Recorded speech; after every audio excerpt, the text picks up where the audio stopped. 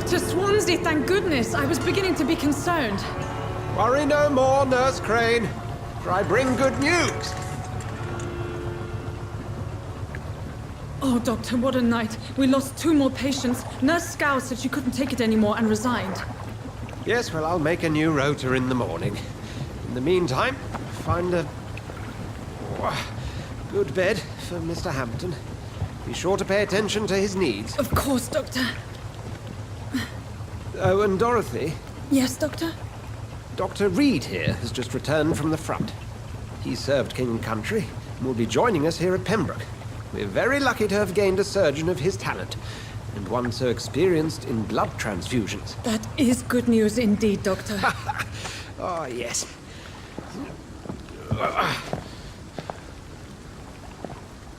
Here at Pembroke, it's not what we have, but what we haven't. It's only thanks to Nurse Crane and the staff that our ship doesn't sink. If you have any questions, just ask her. Duly noted. Thank you. Your assistance is required, Dr. Swansea, immediately. Welcome aboard, Jonathan. We'll catch up after my rounds. Coming, Nurse Crane. I'm coming.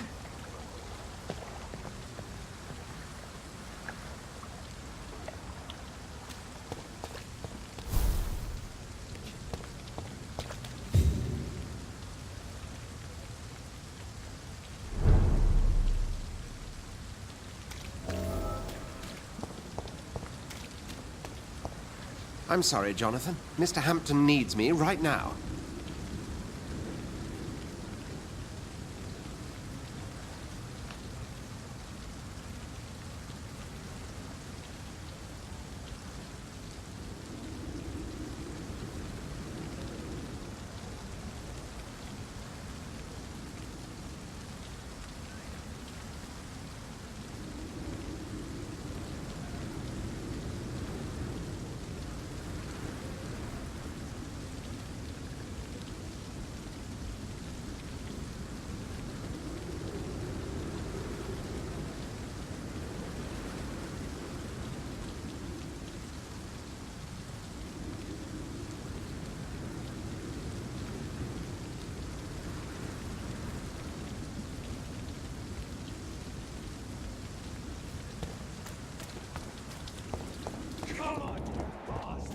You can do better than that now.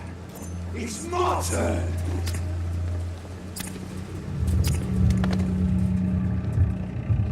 Rotten or pristine, each heart contains the seed of life. Drink at this river, try it all.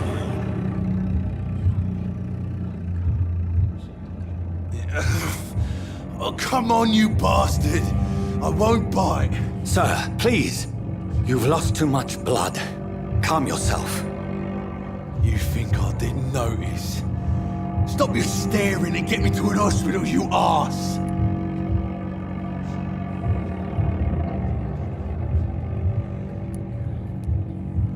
Insult me again and I'll put an end to your misery right now. Alright, sorry. I am in pain here. My guts are spilling out onto the street and you're yabbering on. Yes. That's a very nasty wound you've got there. Take my word, I am a doctor. Dr. Jonathan Reed. Name's Clay Cox. I'd appreciate you helping me to a better place, Doc. Follow me, Mr. Cox. Let me assist you to that better place.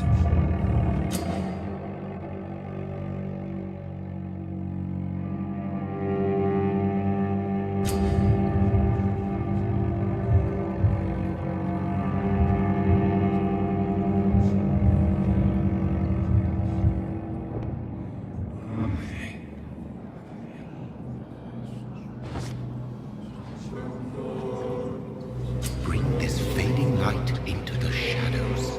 Dance with him the dance of life and death.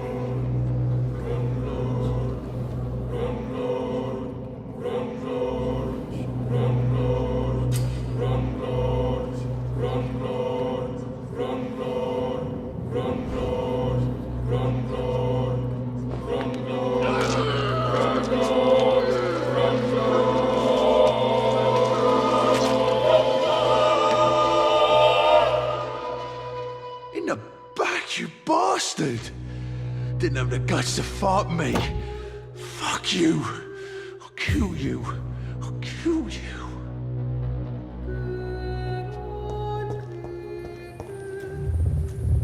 To taste a life, to embrace its most intimate secrets. Such a burden, such a divine sin.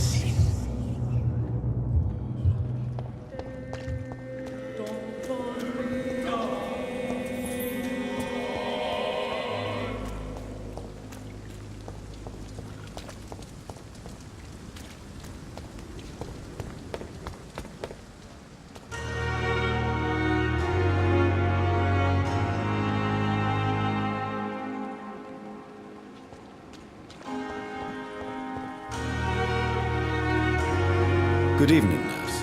I'm Dr. Jonathan Reed, the new surgeon here at the Pembroke. Dr. Swansea has already told us about you, sir. I'm Nurse Gwyneth Brannigan. Welcome to the Pembroke Hospital. Did he really?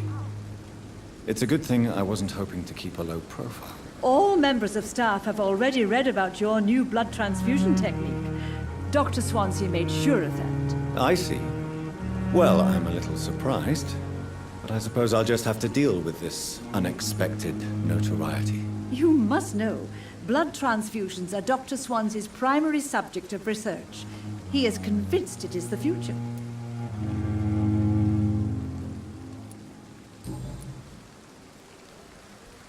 How are things here? Not good, to say the least. We're struggling against an invisible enemy, more lethal than any bullet from a gun. It's hard, Doctor.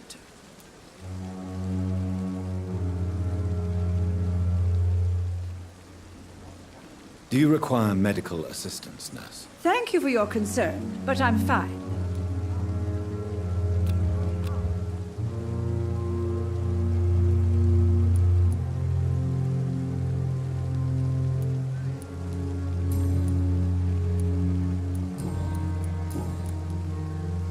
I'm not familiar with all the staff yet.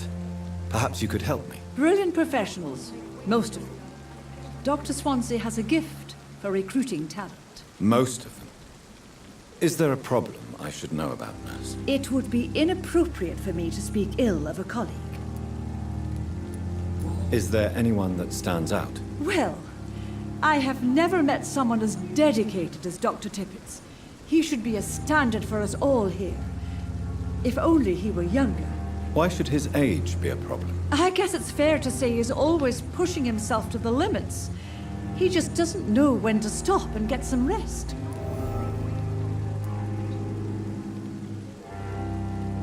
Nurse Brannigan, if you do know something, please tell me. Anything you say will be held in confidence. No. I may disagree with some conduct, but in the end, everybody is doing their best. How are things here? Not good, to say. An invisible enemy. Quite a poetic term for a disease, especially from a nurse. Sorry, Doctor. These last few weeks have been exhausting. We could all do with a good night's sleep. Do you think this hospital can survive the epidemic? We are all volunteers here, and we're trying to hold fast, but how do we beat an invisible killer? Some nurses have already resigned.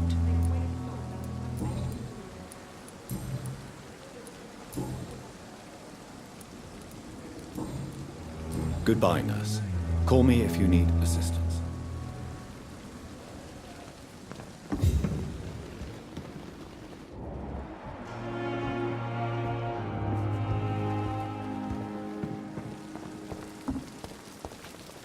Doctor, where have you been? I've little time to play hide-and-seek with new staff members, no matter how illustrious they may be. I apologize, nurse. I needed some time to myself. This has been the longest and strangest night of my life. You delivered poor Mr. Hampton from a terrible fate. The means to that end should be of little concern, Doctor. Thank you, nurse. What can I do for you? Dr. Swansea insisted we provide you a quiet office. You'll find it on the second floor with your name on the door. Thank you. Nurse Crane, isn't it? Yes, Dorothy Crane. Welcome to Pembroke Hospital, Dr. Reed. Your office has been prepared. I would like to ask a few questions first. What kind of man is Dr. Swansea? Well, you accepted the job from him. I thought you would have known about your employer. Apologies, I've only just met him the once. This is sudden. I've only just returned to England. Dr. Swansea is a brilliant surgeon and the most compassionate physician.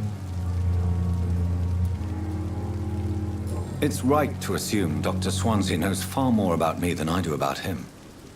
You'll get to know him soon enough, and better than me. The administrator has better things to do than mix with us.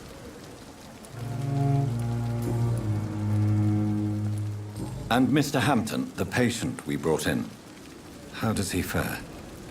I gave him a sedative to help him sleep. Poor thing was in quite a state of shock. If you could point me in the direction of my room again, nurse. Second floor of the hospital, left after the stairs. It's the last vacant office at the end of the corridor. Thank you, Nurse Crane.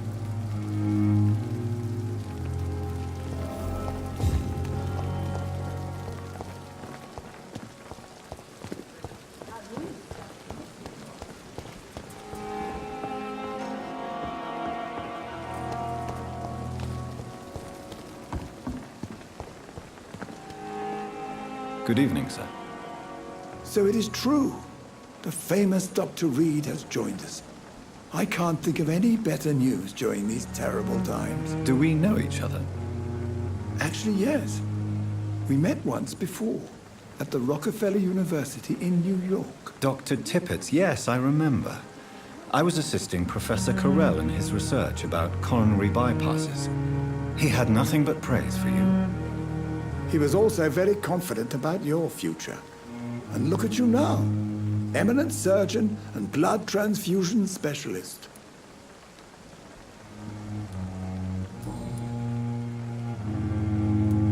You're exhausting yourself, Corcoran. Maybe you should think about preserving your strength. No, we must keep on healing all those poor souls. We are the last rampart before chaos. Once more unto the breach. Nurse Brannigan is worried about you, Doctor.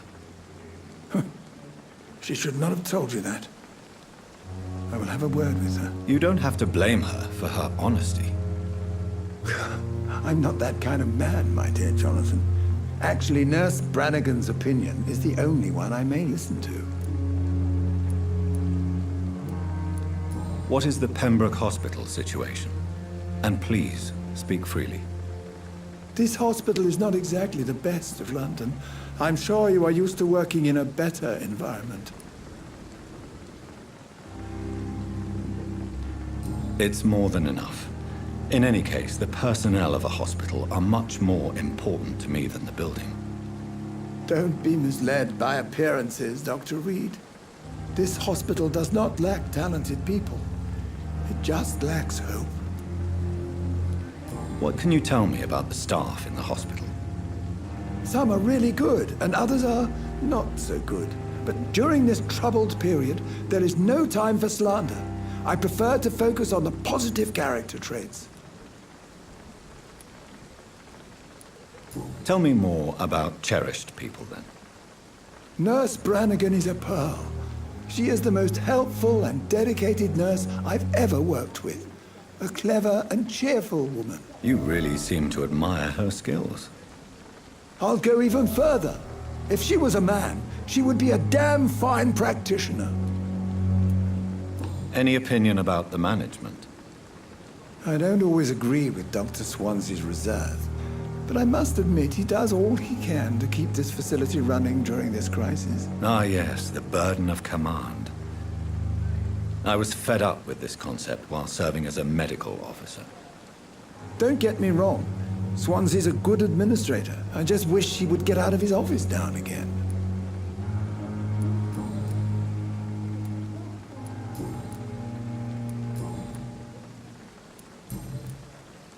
Goodbye, Dr. Tippett.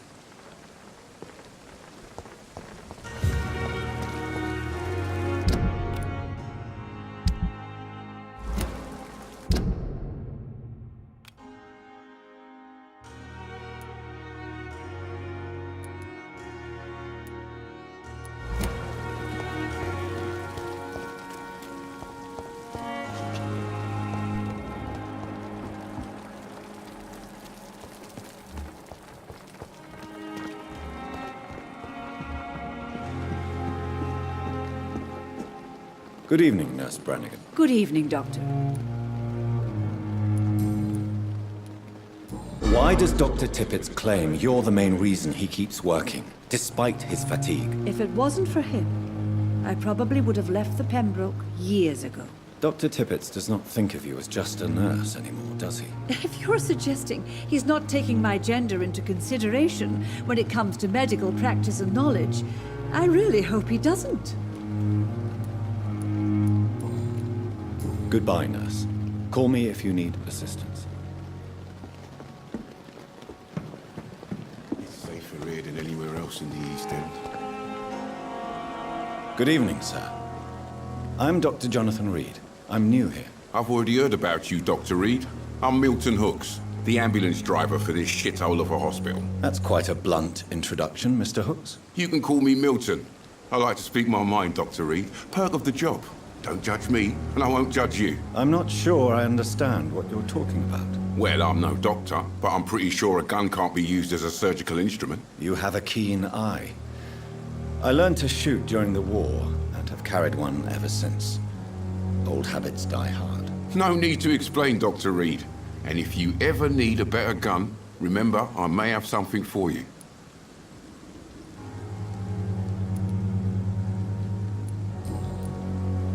How is the situation around here? You want to hear the situation is all right? It's fucking awful. We lack everything, and it's getting worse every day. So what do you do exactly in this hospital? Apart from smuggling guns, I mean. I've been an ambulance driver since... too long, I guess. I bring sick people here night and day. It's a dirty job, but I get it done. Most of the time. Since you're on the front line, how is the sanitary situation in this vicinity? It's a complete disaster. It's even getting dangerous to enter some streets or buildings. Even the locals attack you.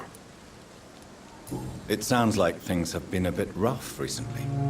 What's happened? Yesterday I got attacked by the patient I was bringing here. I escaped through the hospital's garden, but I lost my wallet when I was running. You left an infected patient outside the hospital? That's incredibly dangerous. Go there yourself if you want, but be careful, Doctor. I'd rather not bring your dead body back.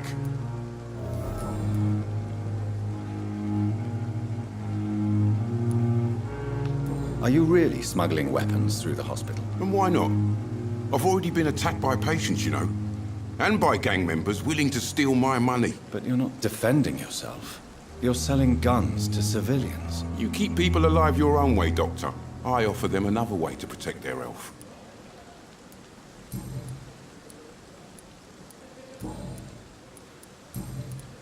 I'd like to see your goods. Wise choice, Dr. Reed. A reliable gun is what everybody needs these days.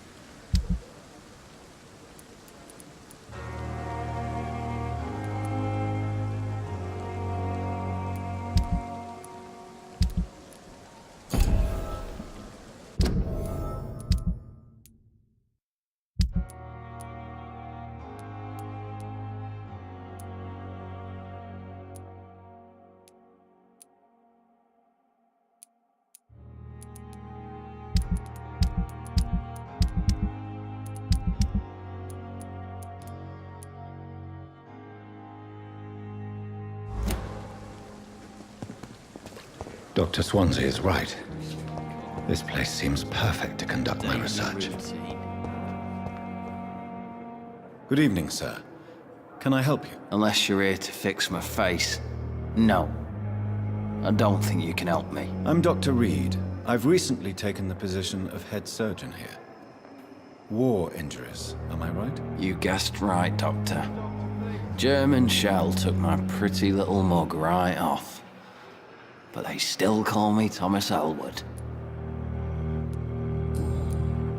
How is your stay with us, Mr. Elwood? Oh, it's bliss.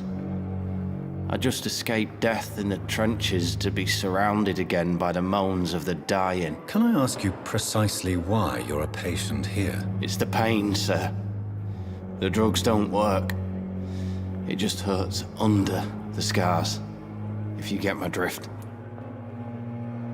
Can I do anything for your pain? Nurses gave me a bunch of pills. No effect. Told you.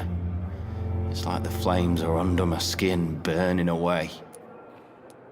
Who is treating you? Is someone in particular looking after your case? Nobody since the old and tired doctor spoke to me. Started to think I was forgotten about. Wouldn't blame you. You don't seem worried by that. My face hurts so much more when I smile or cry. I've learned it's easier not to speak. But be assured I'm smiling inside.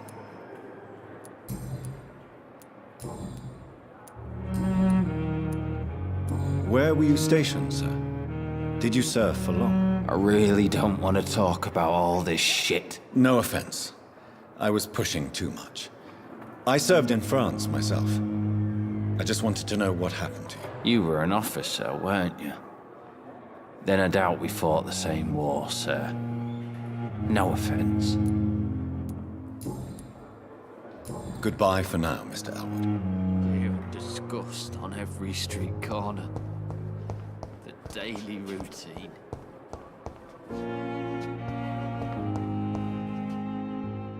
Good evening, Mr. Hampton. How do you feel? Dr. Reed, is it? Oh, sir, I must apologize for my behavior. What do you mean? I was not myself in the factory. Fear and exhaustion made me say awful things to you, I'm afraid. You remained perfectly nice and polite. A little delirious, perhaps. But who wouldn't be after enduring an abduction? Thank you, Doctor. That's a relief. Now all I need to do is rest and return to my flock. How did you end up in William Bishop's den? I had received alarming news about his recent behavior. I went to his place and he refused to let me go. Why did he abduct you? William was an alcoholic. His addiction suddenly changed to blood. I don't know why. Just like a patient I met here. This Miss Hawcroft. You dared to enter this awful place alone. You're a hero, Mr. Hampton. Or a fool. I'm just a man trying to help his friends, Dr. Reed. William Bishop was a conflicted soul, searching for light. Do you know Tom Watts, the bartender from the Turtle? I met him before I found you in the canning factory. Tom? Yes, of course. Always the helping hand, good old Tom. Without men like him, corruption and despair would have wiped out the East End long ago. People are still in despair. How could it be otherwise? The authorities have left us all to rot in this contagious nightmare. No drugs, no advice, nothing. It's a damn shame. Who should I avoid in this part of town, then? Any particularly evil figures? Not really. Most men and women are just doing their best. And it's not my habit to speak ill of people I know, Doctor. What is the general situation in the East End docks? The situation has always been tough, with a lot of tensions between the gangs and the Dockers' trade union. The Wet Boot Boys are very nervous since they lost their leader. Who leads the gang now? Since Clay Cox went missing, it's his wife Edwina who runs the show, with the assistance of her minion, Booth Digby. Has the gang been threatening you? Ah, no. I've had this nickname for so long, you know, the sad saint of the East End. No one dares to bug a saint, not even criminals.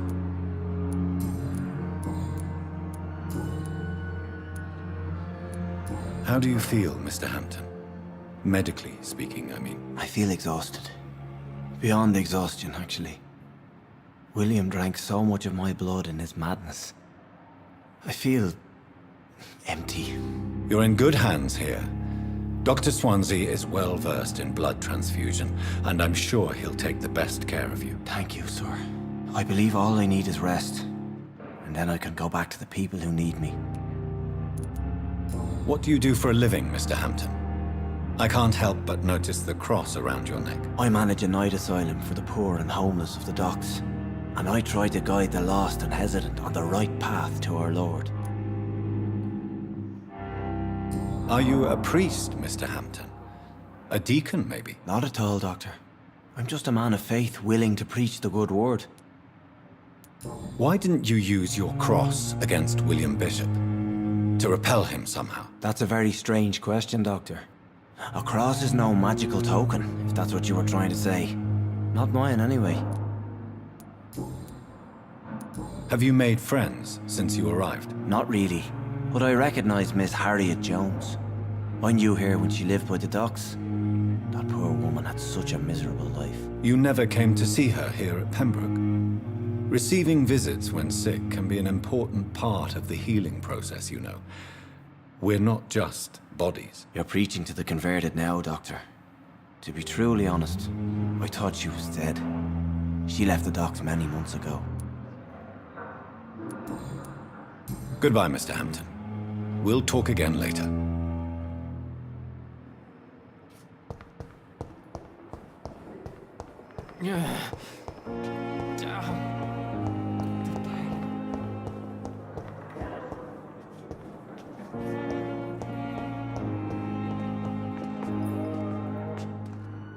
Good evening, sir. I'm Dr. Reed. I believe we're going to be colleagues. Reed? Yes, I've been informed about your arrival. I'm Waverly Ackroyd. Welcome aboard, I suppose. Does my arrival inconvenience you in some way, Dr. Ackroyd? Let us just say that I don't particularly share Dr. Swansea's enthusiasm for hiring you. What we need here are reliable professionals, not overrated dabblers. If you have a problem with me, Dr. Ackroyd, please feel free to tell me. Dr. Swansea has imposed your presence on this hospital without asking anyone's advice. The benefit of his position. But I don't agree with it. I know we've never met before, but I believe this hospital could use all the help it can get.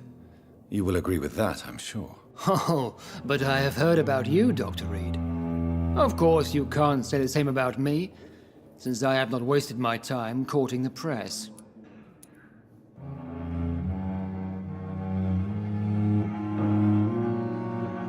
There is no need for such animosity between us.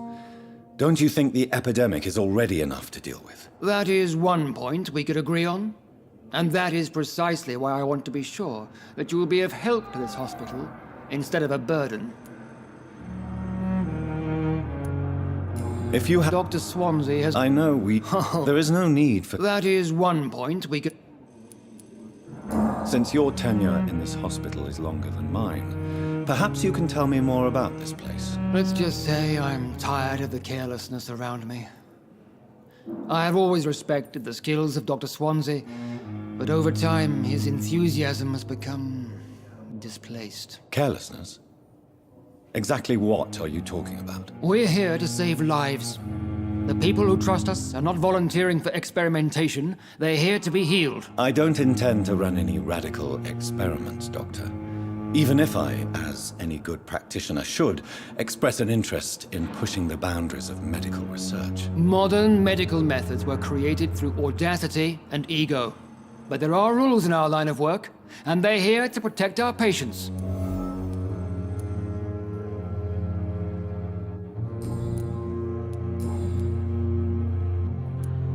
It seems you have bad memories of your military service. I refuse to see this industrial slaughter as scientific progress. War only reveals the worst in men. We can at least agree on something, Dr. Ackroyd. I don't know what you've heard about me, but I have already proved my value as a practitioner. I don't question your skills, Dr. Reed, but your motive. Is it money, fame, or are you truly dedicated? And what exactly is that supposed to mean? I served in the war just like you. But unlike you, I did not use the wounded to play the modern sorcerer. Be careful what you insinuate, Dr. Ackroyd. I only want you to admit you used those men to improve your theories.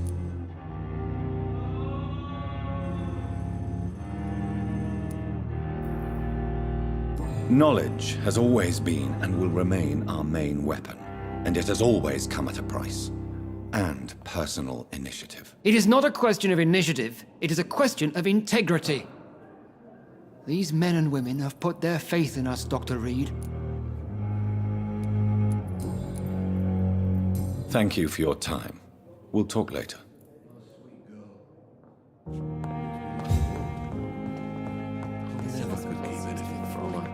Good evening, sir. But in the circumstances, I'm willing to give you the benefit of the doubt. Good evening, madam. Can I help you? It's my son who needs you, sir. I'm Dr. Jonathan Reed. How can I help your son? I'm Beatrice Goswick, mother of Mortimer Goswick. Could you check on him, please, Dr. Reed? I've heard much of your talents as a physician.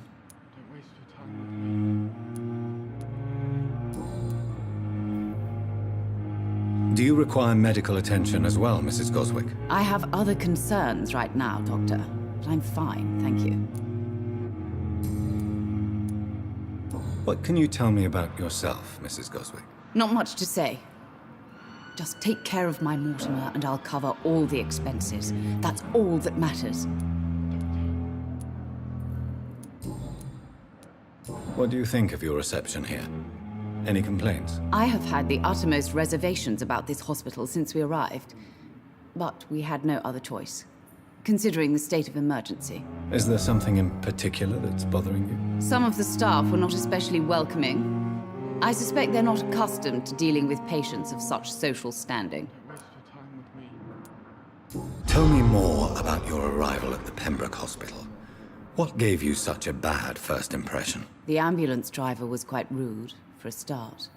And that nurse, Miss Hawkins, seems to have quite a dubious attitude. What do you mean? She managed to secure a bed for my son despite the epidemic. It was a relief, but it wasn't cheap.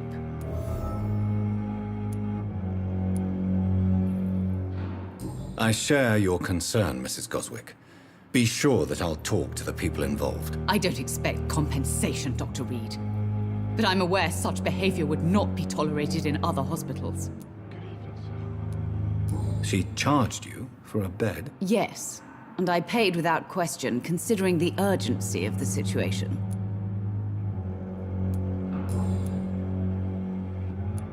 What can you tell me about yourself, Mrs. Goswick? Not much to say. Are you really that rich? Most of the patients here are of a more humble origin, if I may say so. Yes, thanks to my husband. May he rest in peace. I can cover any needed medical expenses. May I ask if you have an occupation, Mrs. Goswick? I'm a teacher by profession. I teach young women who are more ambitious about their futures than their families.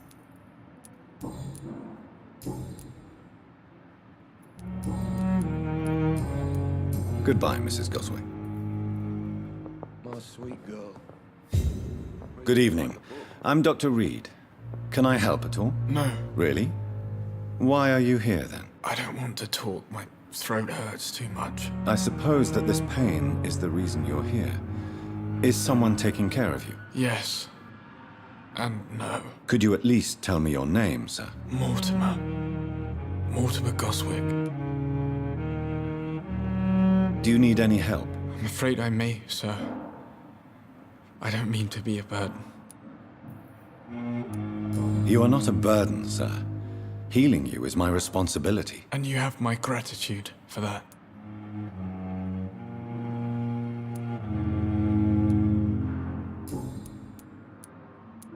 Tell me about yourself, Mr. Goswick. I don't want to talk, Doctor.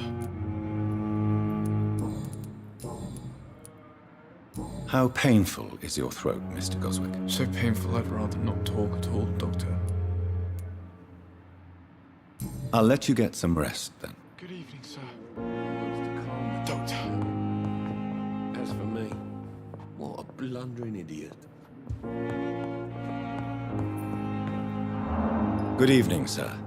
I'm Dr. Reed. May I help you? I don't know if a third opinion is needed. Your colleagues are already arguing about my condition. I see. Would you mind telling me more about your situation? I'm Harvey Fiddick. All I want is to get me bloody arm fixed properly.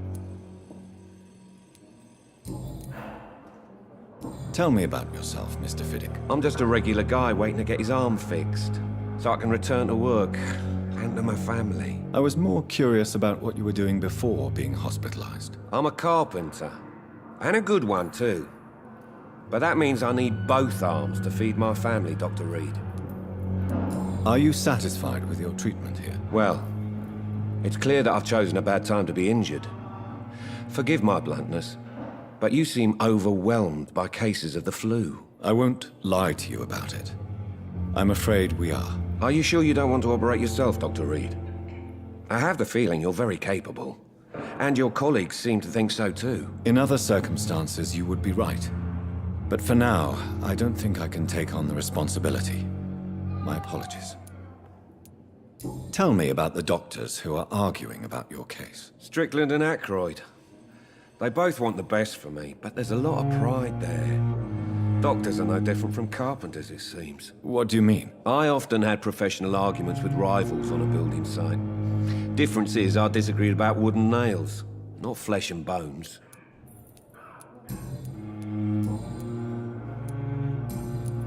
Goodbye for now, Mr. Fiddick. I'll see you later. I will not let you down, my boy. Good evening, sir. What can I do for you, Doctor? Thank you, Nurse Crane.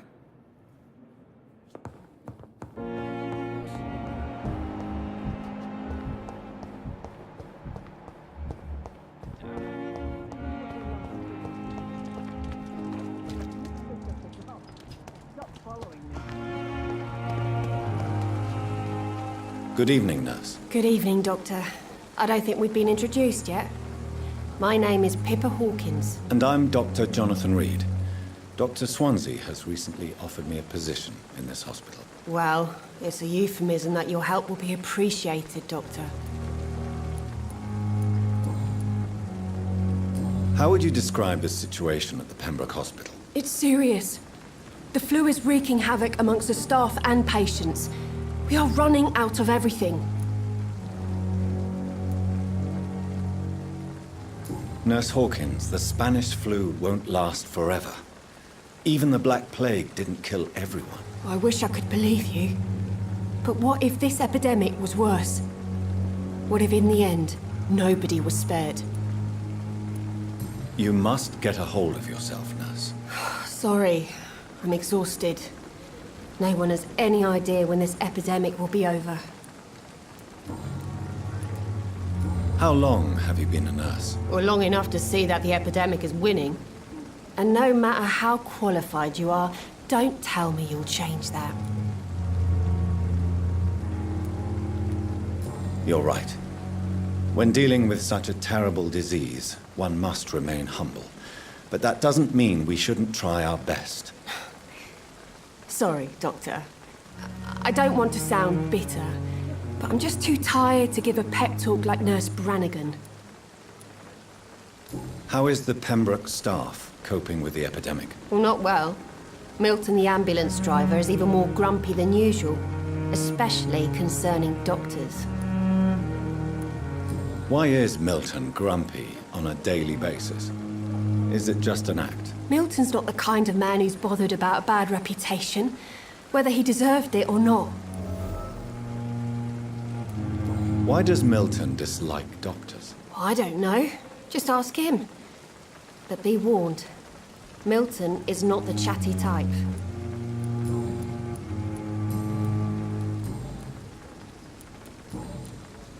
Goodbye, Nurse Hawkins.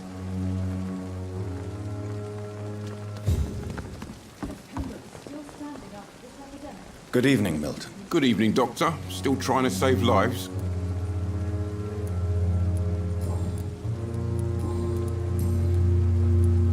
Why do you have such a mediocre reputation among your colleagues, Milton?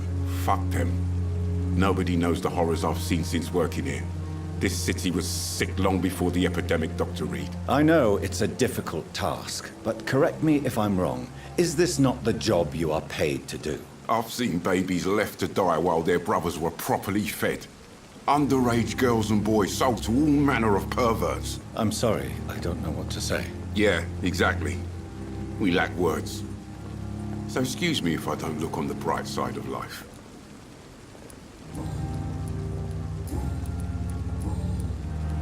Goodbye, Milton.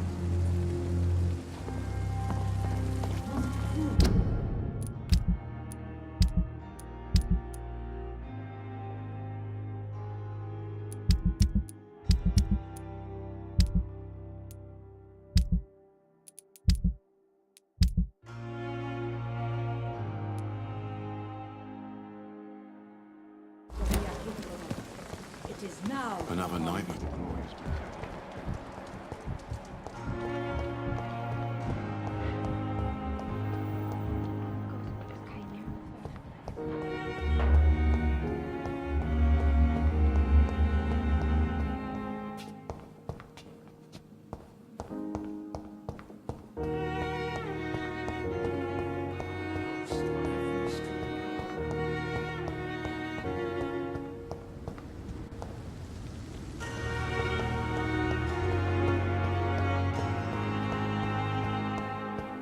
It's locked, all right.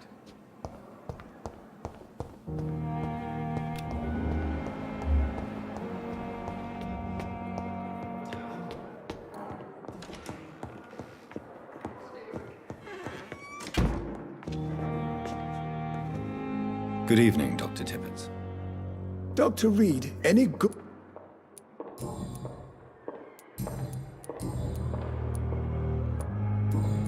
Goodbye, Dr. Tippett.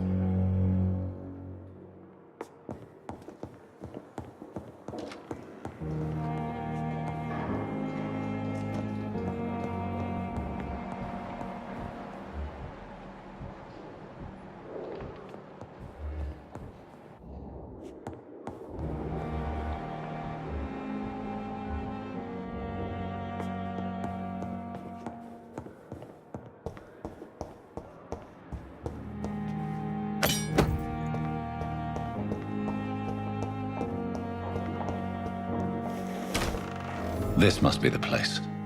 It's definitely away from prying eyes. Relegated to the shadows. A kingdom of my own. At least I won't be sleeping in a coffin.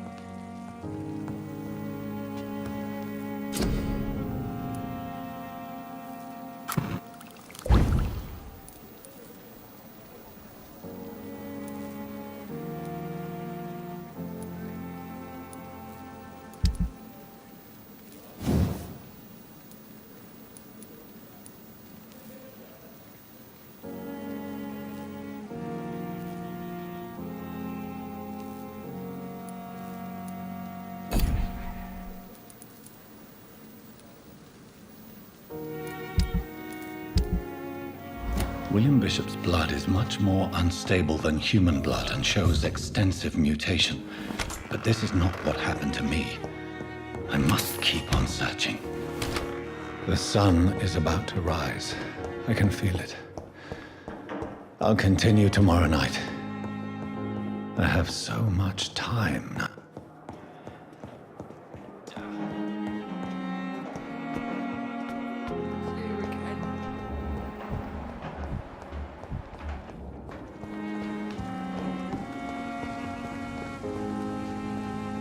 Good evening, Milton. Good evening, Doctor. Still trying to save life? I'd like to see... Wise choice, Dr. Rick.